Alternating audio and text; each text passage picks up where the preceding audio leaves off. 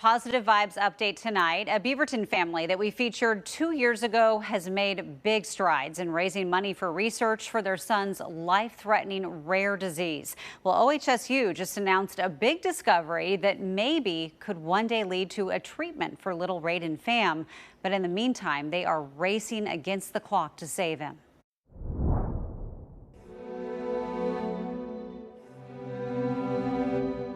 Raiden Pham is now 3.5. We spoke with his parents 2 years ago after they learned he has a rare and life-threatening progressive neurological disorder called UBA5 disease.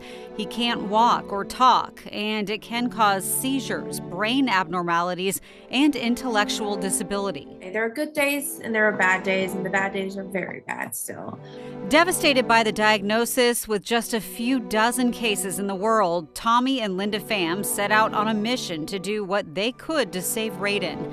They started raising money, launching the Raiden Science Foundation. Flash forward to the present, they have raised close to $1 million, and there are now 4 medical institutions researching UBA5 disease, including OHSU.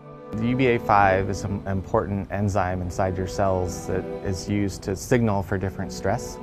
And so if you don't have that working properly, then your cells undergo this stress. Dr. Jonathan Prunita says they've done similar studies with different diseases, and when Tommy contacted them, it seemed like a good fit. Prunita and the OHSU team used a controlled test tube environment to pinpoint UBA5 mutations and were able to see if they were mild or severe. So with Raiden, what's reassuring is that we know from our work that he has 2 fairly mild mutations. He has 2 copies, one mutated in each way.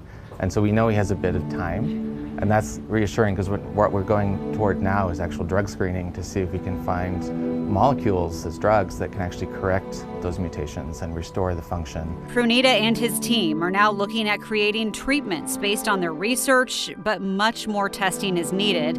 And all of this research requires funding. The Phams say if the funding stops, so does the work that might save their son. And it's this research that fuels their hope. Gives us hope that one day, if he can ever say, "Mommy," that's all. That would be the best thing for me. I hope for that all the time.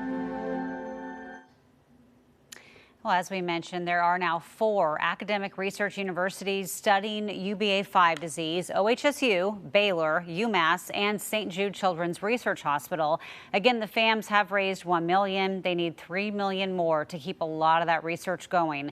And we do have a link to the Raiden Science Foundation on coin.com. It is amazing what they have done in just the past several years to go from nothing to where they are now. That couple raising $1 million like that and getting researchers to become interested in it right away. OHSU, they were like, well, you know what we can do. We've got the tools in place. We can maybe, and now they're hoping to come up with a treatment. But yeah, it's amazing. So and it seems like those researchers are pretty optimistic. So that's good news. Yeah. So.